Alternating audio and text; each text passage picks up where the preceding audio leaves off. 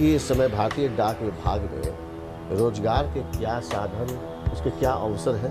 हमारे यहाँ बहुत तरह की एजेंसी उपलब्ध है, जैसे एसबी की एजेंसी, सेविंग बैंक की एजेंसी, जिसमें आप एमआईएस खोलते हैं, एनएससी, केवीपी, आरडी, टीडी, ये सब है। और महिलाओं के लिए खास है, महिलाओं के द्वारा जो महिला प्रधान आरडी की एजेंसी ली जाती है, उसमें 4% का कमीशन हर महीने दिया जाता है, यानी साल भर में कमीशन हो गया 48%।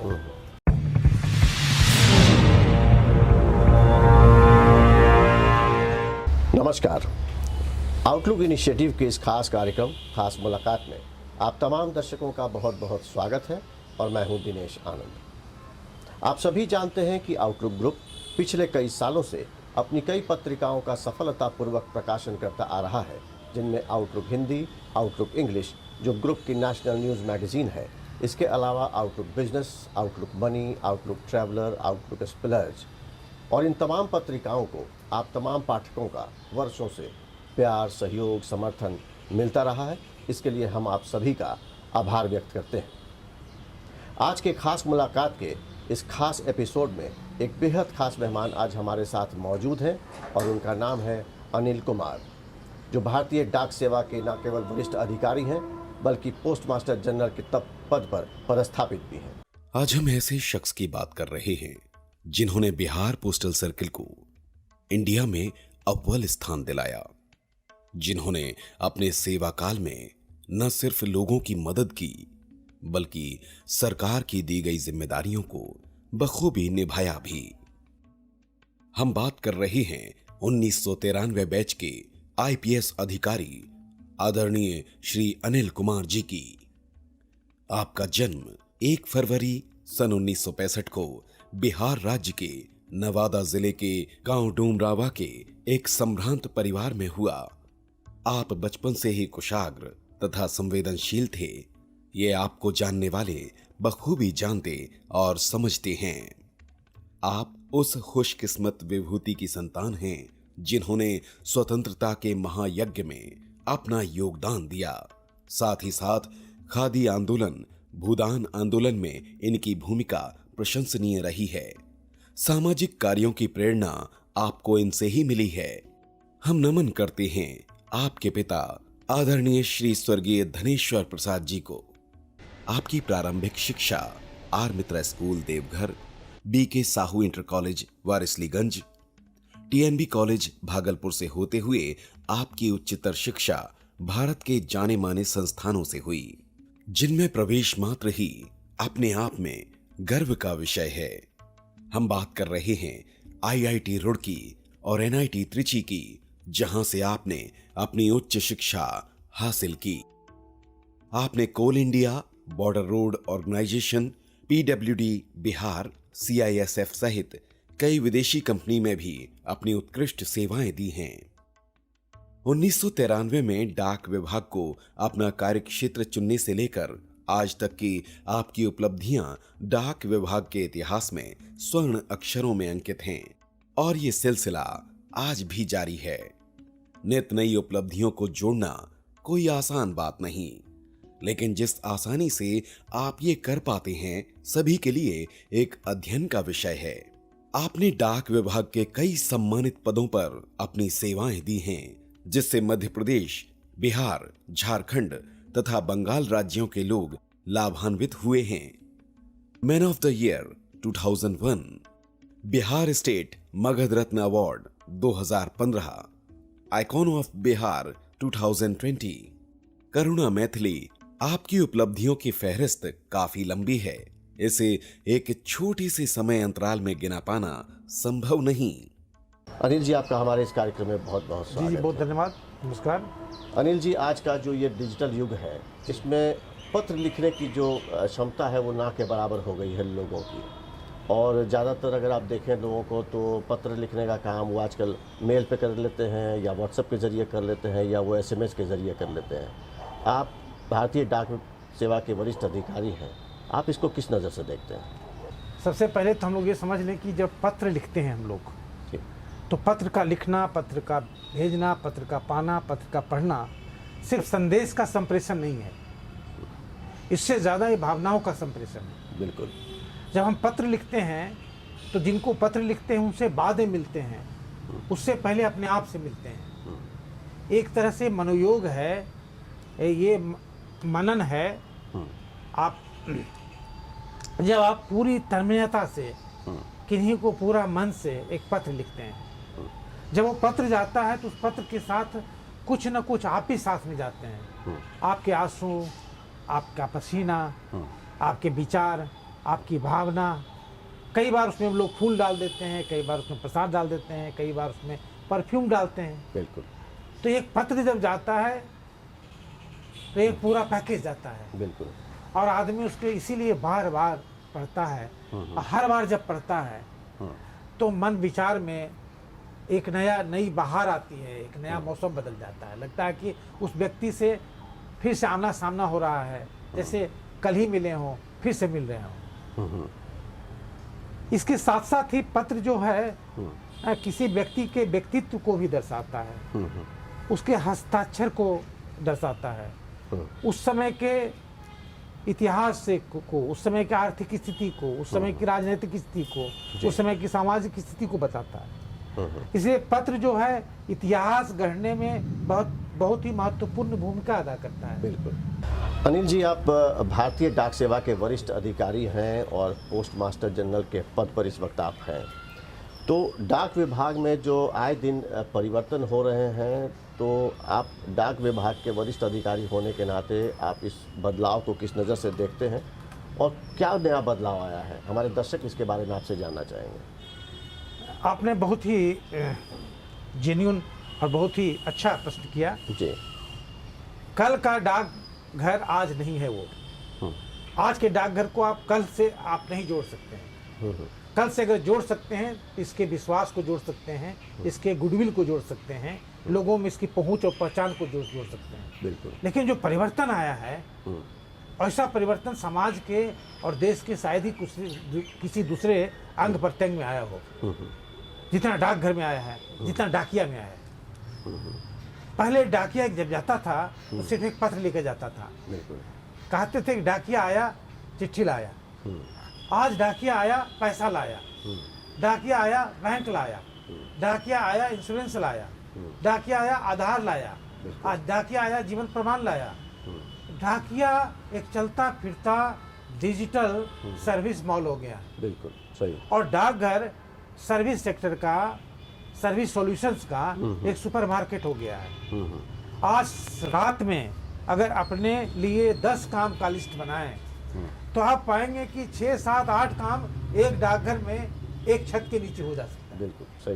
बिल्कुल। आपको पत्र भेजना हो, स्पीड पोस्ट भेजना हो, एक्सप्रेस पोस्ट भेजना हो, पार्सल भेजना हो, एक्सप्रेस पार्सल भेजना हो, आपको बैंक पैसा ट्रांसफर करना हो, मनी ऑर्डर भेजना हो, इंश्योरेंस करवाना हो, बैंक अकाउंट खोलना हो, दूसरे बैंक के अकाउंट से पैसा निकालना हो, आप घर बैठे हमारे डाकिया जो है आपके किसी भी बैंक में पैसा हो, आपके घर बैठे उस बैंक से पैसा निकाल देता है। ये तो बहुत अच्छी। आप सोचें आप कौन सा सर्विस चाहिए और डाकघर में है। इतना बड़ा चेंज आया है। डिजिटल इंडिया का अगर सबसे बड़ा चेहरा कोई बना है, डगर डगर नगर नगर घर घर गांव घर में चौक चौराहे पर, तो वो डाकघर बना है। अनिल जी, तेजी से बदलते समय में डाक विभाग की भूमिका और इसके भविष्य को आप किस नज़रिए से देखते हैं? साथ ही बदलते वक्त के साथ डाक विभाग की नई और महत्वपूर्ण भूमिकाएं क्या हो सकती है? किन कारणों से डाकघर का भविष्य हमेशा बना रहेगा? इसके बारे में आप क्या कहना चाहेंगे? बहुत ही अच्छा, बहुत ही अच्छा। और ये प्रश्न पूछना हमारे लिए एक अवसर प्रदान किया है आपने जी। कि डाकघर बहुत क्षेत्रों में लोग ये मानते हैं या सोचते हैं कि डाकघर का क्या काम होता है। जी। डाकघर भारत का, अपने देश का सबसे बड़ा नेटवर्क और सबसे बड़ा इंफ्रास्ट्रक्चर हो सकता है और है। करीब करीब 1,58,000 डाकघर जी। सुदूर गांव को में भारत सरकार का अगर कोई मूर्त रूप है, उसकी कोई पहली पहचान है तो वो डाकघर है, डाकिया है, लेटर बॉक्स। बिल्कुल सही। और इतना बड़ा नेटवर्क में आप जितने सर्विस को हम लोग अभी लोड किया जा रहा है डिजिटल सेवा के तहत जी और जितना और लोड किया जा सकता है अगर उस सारे को इकट्ठा कर दिया जाए तो ये सबसे इम्पोर्टेंट इंफ्रास्ट्रक्चर होगा। बिल्कुल। जहाँ तक इसका भविष्य क्या हो सकता है, मनुष्य के जीवन में कुछ चीजें हैं जो हमेशा उसकी जरूरत होगी, बिल्कुल। चाहे हम जितना भी विकसित हो जाएं, हम जितना भी डिजिटल हो जाएं, हम जितना भी मॉडर्न हो जाएं, उसमें है रोटी, कपड़ा, मकान, जी बिल्कुल, ट्रांसपोर्ट, बिल्कुल, कम्युनिकेशन। तो डाकघर, ट्रांसपोर्ट और कम्युनिकेशन दो, और छठा है फाइनेंस। जी तो डाकघर ट्रांसपोर्ट को, कम्युनिकेशन को और फाइनेंस को, जिसमें इंश्योरेंस भी शामिल है, इसका काम करता है। तो जब तक ट्रांसपोर्ट की जरूरत होगी, फाइनेंस की जरूरत होगी, कम्युनिकेशन की जरूरत होगी, और जब से मनुष्य पैदा हुआ होगा चाहे किसी न किसी रूप में जी उसको संदेश की जरूरत हुई होगी, चाहे वो कभी पत्थर से कर रहा होगा, कभी इशारों से कर रहा होगा, फिर भाषा का प्रादुर्भाव हुआ, फिर अनेक तरीके से लोग हैं। और जब तक मनुष्य रहेगा, जब तक सभ्यता रहेगी, तब तक कम्युनिकेशन की जरूरत रहेगी। उसका रूप स्वरूप बदलता रहेगा, लेकिन कम्युनिकेशन की जरूरत होगी। बिल्कुल। जब तक हम रहेंगे, ट्रांसपोर्ट की जरूरत होगी, चाहे वो अनाज का हो, मेडिसिन का हो, कपड़ा का हो, बिल्डिंग मटेरियल का हो, हमेशा ट्रांसपोर्ट की जरूरत होगी। फल का हो, सब्जी का हो, पता नहीं, हर चीज का हो। जब तक ट्रांसपोर्ट की जरूरत होगी, पार्सल की जरूरत होगी, लॉजिस्टिक्स की जरूरत होगी, डाक विभाग की जरूरत होगी। बिल्कुल। और इसलिए इसका फ्यूचर उतना ही ब्राइट है। बिल्कुल। अगर इसमें इस तरह की कितनी सेवाएं हैं, जैसे आज की तरह में ई कॉमर्स है, ई कॉमर्स में बड़े स्तर पर डाक विभाग शामिल हुआ है और बहुत सारी सर्विसेज को हम लोग दे रहे हैं। हमारे प्रधानमंत्री जी का, हमारे संचार मंत्री जी का बहुत बड़ा पुश है पार्सल सर्विस को डेवलप करने का, लॉजिस्टिक सर्विस को डेवलप करने का, रेलवे के साथ मिल करके या कितने ही टाइप्स करके। चूंकि डाक विभाग गांव-गांव तक है, गांव के प्रोडक्ट को, गांव के आर्ट को, गांव के क्राफ्ट को, गांव के प्रोडक्ट को अगर हमें शहर तक पहुंचाना है, दिल्ली तक पहुंचाना है, मेट्रो तक पहुंचाना है, विदेशों तक पहुंचाना है, तो आज ही एक ही इंटीग्रेटेड सिस्टम है जो गांव से लेकर विदेश तक आपको जोड़ता है, वो डाकघर है। अगर इसको हम जितना मॉडर्नाइज करें, जितना सिनर्जाइज करें, जितना सिंथेसाइज करें, जितना इंटीग्रेट करें और जितना इसके इंफ्रास्ट्रक्चर को रोबस्ट और मॉडर्न बनाएं, तो हमारा जो रिक्वायरमेंट है मार्केटिंग का, जो बैक एंड कहते हैं, हमारे प्रोडक्ट गांव में हो जाते हैं, उसके मार्केट नहीं मिलते। तो ई कॉमर्स के जरिए और बैक एंड नेटवर्किंग के जरिए डाक विभाग सबसे बड़ा रोल प्ले कर सकता है हमारा कंप्लीट इंटीग्रेशन में। और इस तरह डाकघर जो है देश के निर्माण में, जीडीपी के ग्रोथ में, किसानों के जो इनकम डबल करने का जो हमारे प्रधानमंत्री जी का सपना है, उसमें बहुत बड़ी भूमिका प्ले कर सकता है, अदा कर सकता है। बिल्कुल। अनिल जी, एक महत्वपूर्ण सवाल कि आप भारतीय डाक सेवा के वरिष्ठ अधिकारी हैं, आपकी समझ में सरकारी संस्थानों या विभागों को दक्ष और प्रभावी कैसे बनाया जा सकता है ताकि जो आम लोग हैं उनका जीवन बेहतर हो और आनंददायक हो? ये बहुत ही महत्वपूर्ण है जी, बहुत ही महत्वपूर्ण है, क्योंकि अगर हम देखें गौर से जी, तो जितनी हमारी योजनाएं होती है, सरकार की जितनी योजनाएं होती हैं, बजट की जितनी योजनाएं होती है, वो बहुत ही सुपीरियर होती है, बहुत ही अत्याधुनिक होती है और सुपर होती है। लेकिन वही चीज़ अगर हम नीचे गांव तक चले जाएं तो उसका असर कमजोर पड़ता चला जाता है। तो इसको कैसे प्रभावी करना है, ये तो पॉलिसी मैटर है, नीति का विषय है। हमारे मैंने जो बहुत ही सीनियर लोग हैं हमारे अधिकारी में, और उससे बड़े हमारे मंत्री जी हैं, अब उस पर लगातार काम कर रहे हैं, बहुत काम हो रहा है, प्रधानमंत्री जी के द्वारा बहुत काम हो रहा है। लेकिन अगर जनरल डिस्कशन की बात कहें तो जो अभी काम चल रहा है, डिजिटल करना, इलेक्ट्रॉनिक करना, सीमलेस बनाना सिस्टम को, जैसे पैसा डायरेक्ट किसी के डीबीटी डायरेक्ट बेनिफिट ट्रांसफर का जो स्कीम अभी चल रहा है और बड़े स्तर पर चल रहा है, और डाकघर उसमें बहुत मेजर रोल प्ले कर रहा है। तो डिजिटल बनाना, सिस्टम को अकाउंटेबल बनाना, सिस्टम को एफिशिएंट बनाना, एफिशिएंट लोगों को प्रश्रय देना और इनएफिशिएंट लोगों को कहीं न कहीं थोड़ा पीछे पुश करना या उनको फिर ट्रेन करके आगे साथ में लाना। अगर इसको सिस्टम को, सरकार को, सामाजिक व्यवस्था को हमें आनंददायक बनाना है, ईज ऑफ लिविंग जिसको कहते हैं, इसको बहुत अच्छा इम्प्रूव करना है, तो ज़रूरी है कि हम सिस्टम को बहुत ही ज़्यादा अकाउंटेबल बनाएं। बिल्कुल। और उसमें अच्छे लोगों को बहुत बड़ी संख्या में प्रश्रय दें, अच्छे लोगों को बड़ी संख्या में इंडक्ट करें।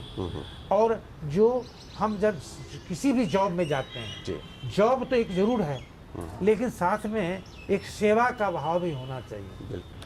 दोस्तों, अब वक्त हो चला है एक ब्रेक का। ब्रेक के बाद हम फिर वापस लौटेंगे और भारतीय डाक सेवा के वरिष्ठ अधिकारी अनिल कुमार जी के साथ इस चर्चा को आगे भी जारी रखेंगे। आप बने रहिए हमारे साथ। कुछ घड़ियां तो केवल वक्त ही बताती हैं, तो कुछ घड़ियां इंसान को उसका वक्त। बदलते वक्त के साथ जो बिना हारे, बिना थके निरंतर चलता जाता है, उसे तो मिल जाती है मंजिल।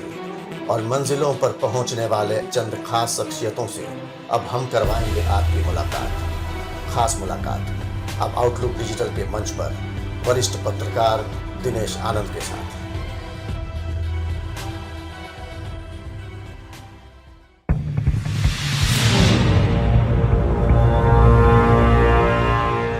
ब्रेक के बाद आप तमाम दर्शकों का एक बार फिर से बहुत बहुत स्वागत है। और आज हम बात कर रहे हैं भारतीय डाक सेवा के वरिष्ठ अधिकारी श्री अनिल कुमार जी के साथ। अनिल जी, हम सभी जानते हैं कि आप एक कर्तव्यनिष्ठ और समर्पित अधिकारी होने के साथ साथ सामाजिक और शैक्षणिक स्तर पर भी काफ़ी सक्रिय और सफल रहे हैं। स्थानीय सामाजिक एवं सांस्कृतिक सोच का कितना प्रभाव हमारे यहाँ व्यापार, विभाग और उद्योग पर पड़ता है, साथ ही आपकी समझ से इस दिशा में ऐसे क्या काम और होने चाहिए जिससे व्यक्ति, समाज और राज्यों का तेजी के साथ विकास हो सके? बिल्कुल सही पूछा आपने जी कि हमारी सोच का जो हमारा मनोभाव है या जो हमारा कल्चरल सोच है, उसका हमारे जीवन के सारे एस्पेक्ट पर बहुत भारी असर होता है। जी, बहुत भारी असर होता है। जैसे अगर हम आज की तारीख में देखें तो एक नई बात चल पड़ी है कि सब कुछ जो वेस्टर्न है हम उसी का नकल करना चाहते हैं, उसी का एपिंग करते हैं, अंधा नकल करते हैं। बट जो वेस्टर्न है वो मॉडर्न है, जरूरी नहीं है। बिल्कुल। लेकिन जो वेस्टर्न है उसी को हम आज मॉडर्न मान चले हैं। हमारा जो हेरिटेज है, जो हमारा कल्चरल हिस्ट्री है, जो हमारा कल्चरल लीनिएज है, वो इतना रिच है, इतना रिच है, उस पर थोड़ी भी नजर नहीं है। भारत के लोग जब यूके जाते हैं, इंग्लैंड जाते हैं, तो शेक्सपियर का घर देखने के लिए 10 से 20 पाउंड का टिकट लेते हैं। बिल्कुल। और अपने ही घर में राम वृक्ष बेनीपुरी हैं, दिनकर जी हैं, या कितने बड़े बड़े महादेवी वर्मा हुए, जयशंकर प्रसाद हुए, प्रेमचंद हुए, उनका घर पता नहीं कहाँ है, उनके घर पर एक नजर नहीं डालते। बिल्कुल। तो पता नहीं ये वेस्टर्न आइडिया के प्रति आकर्षण है या अपना जो भारतीयता है, इंडियननेस है, उसके प्रति डिसइंटरेस्ट है। और ये बहुत बड़ा चेंज लाता है आपके सोचने के तरीके में। जब आप इंडिपेंडेंट होते हैं, मॉडर्न होते हैं, इंडिपेंडेंट मॉडर्न होने के लिए इंडिपेंडेंट होना जरूरी है।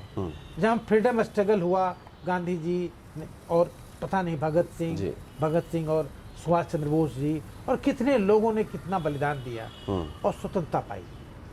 लेकिन आज भी हम स्वतंत्र नहीं हुए हैं कुछ आइडिया से कि भारतीयता और भारतीय संस्कृति कितनी रिच है। बिल्कुल। और इसका दोष आज ही हम देते हैं मेघालय को। आज 75 साल के बाद भी मेघालय को ही हम दोष देते रहेंगे या अपने आप के तौर तरीके में, सोचने में, शिक्षा में, संस्कृति का अध्याय में कुछ चेंज लाएंगे। बिल्कुल। हम कितना बड़ा इकोनॉमिक पावर थे और कितना आज कहाँ पर रह गए हैं। जी। फिर से इम्प्रूवमेंट हो रहा है। पिछले एक साल में करीब करीब 80-85 लोग यूनिकॉर्न स्टार्टअप्स हुए हैं जो $1 बिलियन को क्रॉस किए हैं। जी। ये बहुत ही सुखद अनुभव है। इस तरह का एकदम नई सोच, एकदम फ्री थिंकिंग और अपनी सोच, अपने लीनियज से जुड़ा हुआ, अपने कल्चरल हेरिटेज से जुड़ा हुआ, अगर अगले 1-2 साल में ऐसे 500,000 यूनिकॉर्न पैदा हो जाएं जी।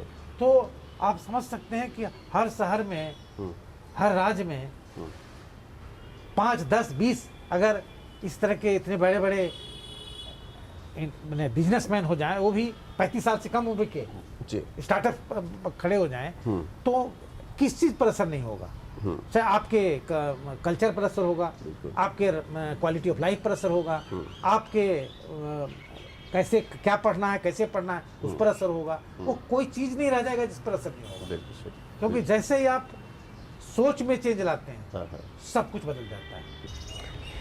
अनिल जी, अभी हाल ही में संघ लोक सेवा आयोग और बिहार पब्लिक सर्विस कमीशन के परिणाम भी आए हैं और ये जो परिणाम है ये अनेकों कारणों से चर्चा में है। आप उन युवाओं और परीक्षार्थियों को क्या सलाह देना चाहेंगे? जितनी भी परीक्षाएं हो, चाहे यूपीएससी हो, चाहे बीपीएससी हो, जी। चाहे कोई कैट का देते हो, मैट का देते हो, नीट का देते हो, जेई का देते हो, गेट का देते हो, हम सबों को जानना चाहिए, क्योंकि मैं उसी रास्ते से गुजरा हूँ। जी जी। मैं इंजीनियरिंग किया हूँ, फिर सिविल सर्विसेज दिया हूँ, मैनेजमेंट भी किया, लॉ भी किया। एक बात हम लोग को अच्छी तरह समझ लेना चाहिए जिस दिन हम तैयारी करने की सोचते हैं कि जो भी कंपटीशन है, चाहे यूपीएससी हो, चाहे कैट हो, हर एग्ज़ाम का, हर परीक्षा का एक डिमांड है, उसकी एक मांग है, उसके compete करने के रास्ते तय हैं। जैसे अगर हम पटना से दिल्ली जाते हैं तो रास्ता तय है, हम उस रास्ते पर चलेंगे तो दिल्ली पहुंचेंगे ही पहुंचेंगे। अगर बीच में हम इधर मुड़ जाए, उधर मुड़ जाएं तो कभी नहीं पहुंचेंगे। तो चाहे यूपीएससी हो, चाहे बीपीएससी हो, चाहे कैट हो, सबका तय है, उस रास्ते पर चलने की जरूरत है। जी। यूपीएससी बीपीएससी में क्या है कि आपको क्या पढ़ना है यह बहुत ज़रूरी है। जी। लेकिन यह भी ज़रूरी है कि क्या आपको नहीं पढ़ना है, कितना पढ़ना है ये ज़रूरी है। जी। लेकिन किन चीज़ों में नहीं भटकना है ये उससे कम ज़रूरी नहीं। बिल्कुल बिल्कुल। यूपीएससी बीपीएससी या कैट कोई भी एग्ज़ाम हो, जी। आप जितना पढ़ते हैं उससे कम ज़रूरी नहीं है, इनफैक्ट उससे ज़्यादा ज़रूरी है कि आप प्रैक्टिस कितना करते हैं, मॉक टेस्ट कितना देते हैं, लिखने में, या जो अगर ऑब्जेक्टिव टाइप के क्वेश्चंस हैं तो उसको बनाने में आपका स्पीड, एक्यूरेसी और लिखने की जो कला है, अगर सब्जेक्टिव है, वो कितनी अच्छी है, आप वो कितना सुंदर लिखते हैं, और वो तभी सुधरेगा और ज़्यादा से ज़्यादा इम्प्रूव करेगा और आप compete करेंगे जब आप ज़्यादा से ज़्यादा प्रैक्टिस करेंगे। और आप प्रैक्टिस कब करेंगे ज़्यादा? जब आप ज़्यादा से ज़्यादा पढ़ेंगे। जो नहीं पढ़ना है वो नहीं पढ़ना है, लेकिन जिन चीज़ों को पढ़ना है वो बहुत पढ़ना है, बहुत अच्छे से पढ़ना है, बहुत मनोयोग से पढ़ना है। जैसे आप कोई भी एग्ज़ाम देते हो तो आपका awareness is very important. Awareness के लिए कम से कम एक न्यूज़पेपर, एक अखबार पढ़ना जरूरी है, एक मैगजीन, एक पत्रिका पढ़ना एकदम ज़रूरी है। जी बिल्कुल। आप इसको छोड़ करके किसी भी एग्ज़ाम में आगे नहीं बढ़ सकते हैं। ये हुआ कि कुछ चीज़ें जो, और ऐसे डिटेल्स में आपको अलग से भी हम लोग बता सकते हैं, और बहुत कोचिंग्स वाले, बहुत एक्सपर्ट जो हैं, कंसल्टेंट है, बताते हैं। जी जी। लेकिन एक बात जो सबसे इम्पोर्टेंट है कि आप कोई चीज़ की तैयारी करते हो या कोई भी काम करते हो, आप कितना मनोयोग से करते हैं, जी। कितना पैशनेटली करते हैं आप। हार्ड लेबर विथ पैशन, और हार्ड लेबर और पैशन को आप इंजॉय करते हैं कि नहीं। जी। If you are very happy with that, your success is sure. तो मैं अपने दोस्तों को, अपने मित्रों को, और जो छात्र छात्राएं हैं या जो एस्पायरेंट्स हैं, चाहे वो यूपीएससी एग्जाम के हों, चाहे किसी भी एग्जाम्स के हों, या किसी भी क्षेत्र में आगे बढ़ने के हों, आपका पैशनेट होना बहुत जरूरी है। जी हार्ड वर्क तो जरूरी है, लेकिन हार्ड वर्क पैशन के साथ करते हैं कि नहीं, और इसको इंजॉय करते हैं कि नहीं। जी अब ये तीन चीजें अगर करते हैं जी। तो nobody can stop you, sky is the limit. दोस्तों, अब वक्त हो चला है एक ब्रेक का। ब्रेक के बाद हम फिर वापस लौटेंगे और भारतीय डाक सेवा के वरिष्ठ अधिकारी श्री अनिल कुमार जी के साथ इस चर्चा को आगे भी जारी रखेंगे। आप बने रहिए हमारे साथ।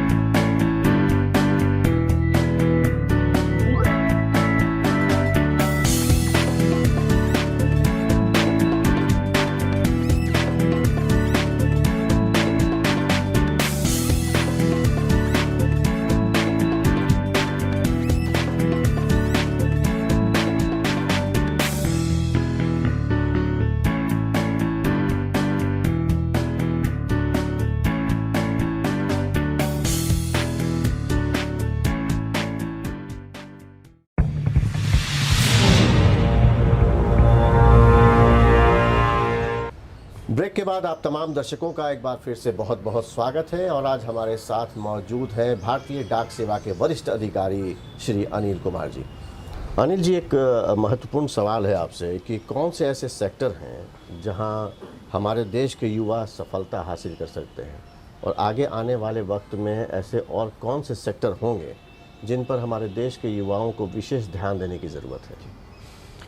बहुत ही अच्छा मौजूद प्रश्न है जी क्योंकि समय के साथ बिजनेस भी बदलता है, रोजगार भी बदलते हैं जी और उसी के साथ जब हम चलते हैं तो अच्छा करते हैं।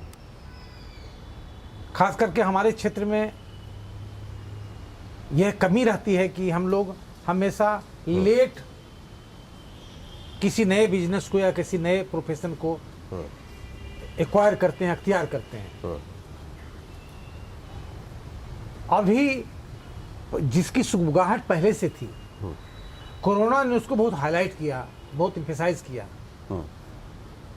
जैसा आपने कहा कि आगे का सेक्टर कौन सा होगा, समय के साथ सेक्टर बदलता जाता है। जैसे कभी मोटर का था, कभी कंप्यूटर का था, कभी इंफॉर्मेशन टेक्नोलॉजी का रहा, अभी 3G 4G 5G का चल रहा है।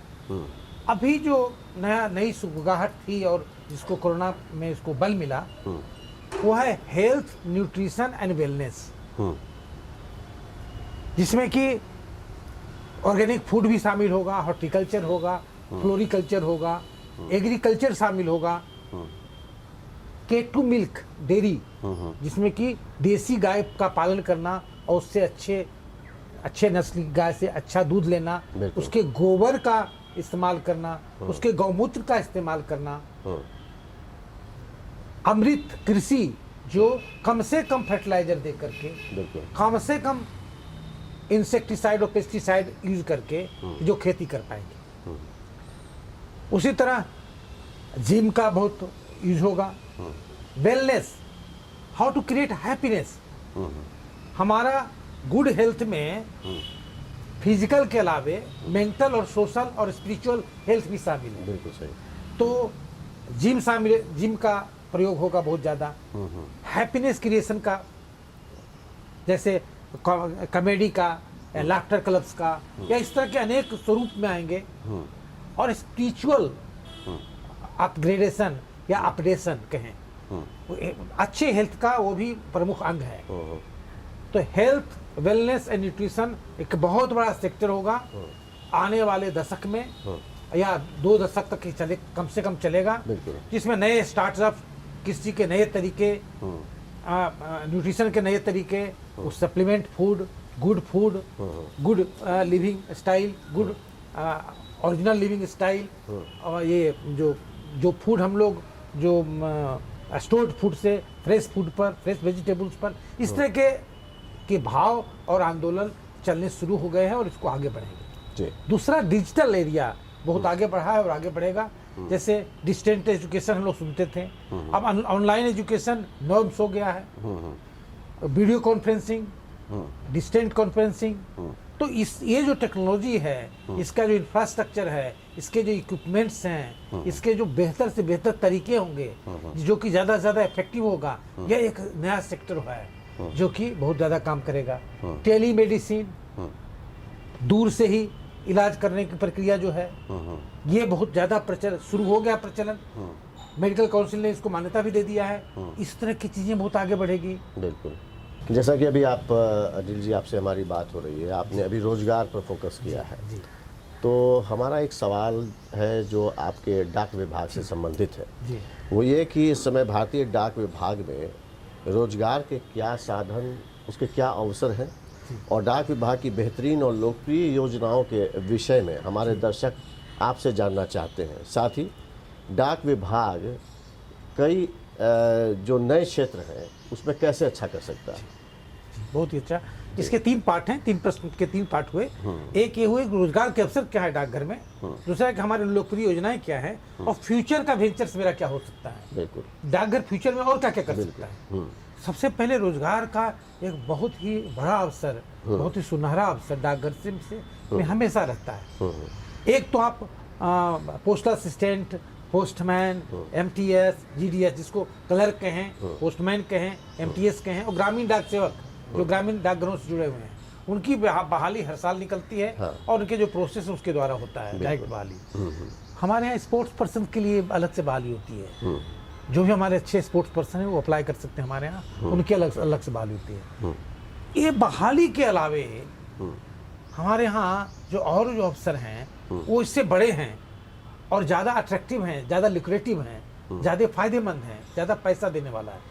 वो है हमारे यहाँ बहुत तरह की एजेंसी उपलब्ध है।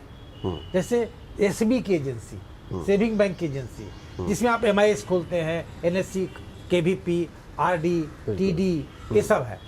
और महिलाओं के लिए खास है। महिलाओं के द्वारा जो महिला प्रधान आरडी की एजेंसी ली जाती है, उसमें 4% का कमीशन हर महीने दिया जाता है। यानी साल भर में कमीशन हो गया 48%। उसी तरह हमारा एक माई स्टाम्प है, योजना है, जिसमें कि अपने लोगों पर स्टाम्प निकलवाते हैं, उसमें 30% का कमीशन है। स्पीड पोस्ट में 12% का कमीशन है। स्टाम्प का आप एजेंसी ले सकते हैं। डाक जीवन बीमा, ग्रामीण डाक जीवन बीमा, इसमें बहुत अच्छा कमीशन है। और एक बार आप बिजनेस करते हैं और पूरा जीवन भर जब तक कि वो पॉलिसी चलते रहती है, आपको कमीशन मिलता है। बहुत ही अच्छा कमीशन है। और आपका 9 से 5 का कोई बंदिश नहीं है, आप अपना मालिक खुद हैं। डाकघर की जो खासियत यह है कि इसका बहुत बड़ा नेटवर्क है। तो जितने भी तरह की वेलफेयर की योजनाएं, कल्याण की योजनाएं हैं, डायरेक्ट बेनिफिट ट्रांसफर की योजनाएं हैं, सब्सिडी की योजनाएं हैं, जिसमें कि हर किसी के खाते में पैसा भेज देना है, उसके लिए डाकघर अत्यंत ही सुगम है, सुलभ है, आसान है। गांव के प्रोडक्ट को, मेक इन इंडिया का जो कॉन्सेप्ट है, मतलब मेक इन विलेज का जो कॉन्सेप्ट है, उसको हम लोग विदेशों तक पहुंचा सकते हैं और बिना किसी बिचौलिया के। अभी जो प्रॉब्लम होता है मार्केटिंग का, कि प्रोडक्ट तो हो गया, मार्केटिंग कैसे होगा। तो ई कॉमर्स और डाकघर को अगर मर्ज कर दे तो किसी भी गांव का प्रोडक्ट जो है, मतलब काला धान, काला गेहूं आजकल प्रचलन में है, गांव में हो रहा है, बिक्री कहाँ हो, तो ई कॉमर्स में कोई आप ऑर्डर कीजिए, वहां से पार्सल के द्वारा चला जाएगा। कल भी हम इंफॉर्मेशन का ही आदान प्रदान करते थे, संदेश का ही आदान प्रदान करते थे। आज भी हम लोकल से ग्लोबल और ग्लोबल से लोकल इंफॉर्मेशन को बोथ साइड हम लोग ट्रांसफर कर सकते हैं। इंफॉर्मेशन हमारे यहाँ बहुत है, उस इंफॉर्मेशन को यूज करने की जरूरत है। जैसे मैं मजाक में ही कई बार बोलता हूँ कि अगर मैरिज ब्यूरो खोलना हो तो गांव का हर लड़का हर लड़की का इंफॉर्मेशन जो हमारे पास है वो कहीं नहीं है। बिल्कुल पूरा डाटा है आपके पास, पूरा डाटा हमारे पास है। जो हम मैरिज ब्यूरो बना देंगे उसका कुछ आसानी नहीं होगा, और समाज का और लोगों को का कितनी बड़ी सेवा होगी, कितना टाइम बचेगा। मजाक ही सही, लेकिन इन्फॉर्मेशन को अगर यूज किया जाए तो इसी तरह के बहुत सारे इन्फॉर्मेशन जो है लोकल में, उसको ग्लोबल लेवल तक, और ग्लोबल इन्फॉर्मेशन को लोकल लेवल तक, माने जो एक सिंथेसिस करना है, एक सिनर्जाइज करना है, ग्लोकल जिसको हम लोग कर रहे हैं, local and global, global and local को वो करने की, उसमें डाकघर बहुत बड़ी भूमिका प्ले कर सकता है, आज भी प्ले कर रहा है। इसको और उभारा जा सकता है, इसको और अच्छा किया जा सकता है। अनिल जी, एक बहुत छोटा सा सवाल लेकिन बहुत महत्वपूर्ण सवाल है कि डाकघर, डाकिया और लेटर बॉक्स, इसके बदलते स्वरूप क्या है? हाँ, डाकघर तो बियॉन्ड रिकॉग्निशन बदल गया। कल के डाकघर के अनुसार अगर देखेंगे तो आज के डाकघर को पहचान नहीं सकते हैं। आज डाकघर शायद ही कोई सेवा है जो नहीं दे रहा है। आपका कॉमन सर्विस सेंटर, आपको ट्रेन का टिकट कटवाना है, फ्लाइट का टिकट कटवाना है, होटल की बुकिंग करवाना है, 1,58,000 डाकघर एक डिजिटल प्लेटफॉर्म पर है। सारा का सारा CBS है। हम माइक्रो ATM की सुविधा दे रहे हैं। कहीं से टैक्स जमा करना हो, कहीं से फी जमा करना हो, कहीं से DBT भेजना हो, डाकघर एक डिजिटल, जो कई बार पहले भी हम लोग डिस्कस किए, डिजिटल सर्विस सेंटर कहें या डिजिटल सुपरमार्केट हो गया है डाकघर। और डाकिया हमारा चलता फिरता डिजिटल सर्विस प्रोवाइडर हो गया। तो इतना पर चेंज हो गया। लेटर बॉक्स में भी कितना चेंज हुआ कि आज लेटर बॉक्स में मेरा जो खुलता है वो डिजिटली खुलता है। आपने चिट्ठी कब डाला, आपकी चिट्ठी कब निकली, सब डिजिटली होता है। तो अगर चेंज देखें, परिवर्तन, तो जितना डाकघर, डाकिया, ये विभाग में हुआ है शायद ही कहीं हुआ है। अब इसको है एसिमिलेट करने की। अब ज़रूरत है सारे लोगों के बीच में इसको, जिसे कहें कि इसको अपना लेने की, और उसको सेवा के लिए, उसमें सेवा में जो आहुति सब लोग दे रहे हैं उसमें इसका यूज करने का। तो ये परिवर्तन है। डाकघर कल भी आपकी सेवा में थे, आज भी है वही डाकघर, वही छवि नहीं, टेक्नोलॉजी नहीं। बिल्कुल, बहुत अच्छा, धन्यवाद। दोस्तों, अब हमारे कार्यक्रम की समाप्ति का वक्त हो चला है। उम्मीद करता हूँ आपको आज का हमारा ये कार्यक्रम पसंद आया होगा। अगर पसंद आया हो तो आप हमारे कार्यक्रम को लाइक करें, शेयर करें और हमारे चैनल को सब्सक्राइब करें। अगले एपिसोड में ऐसी ही किसी शख्सियत से हम फिर करवाएंगे आपकी मुलाकात। तब तक के लिए नमस्कार।